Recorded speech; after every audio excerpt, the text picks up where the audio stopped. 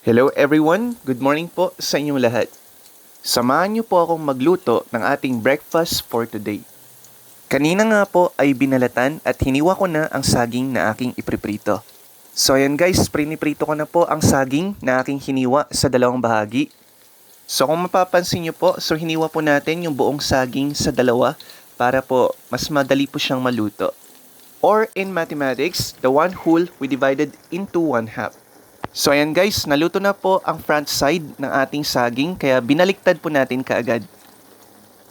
So be sure na mahinang apoy lang po ang ating gagamitin dito para po hindi masunog ang ating priniprito. So ayan guys, kulay brown na po ang ating prinipritong saging. So ibig sabihin, luto na po ito. Okay guys, so isunod naman po nating iprito ang scrambled egg.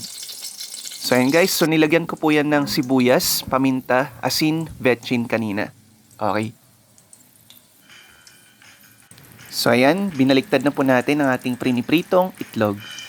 So itong itlog pala guys, tinatawag po nila itong complete food kasi marami pong nutrients ang nilalaman nitong itlog. Kagaya po ng protein, calcium, vitamin D, vitamin B6 at magnesium. Okay guys, so luto na po ang ating breakfast for today.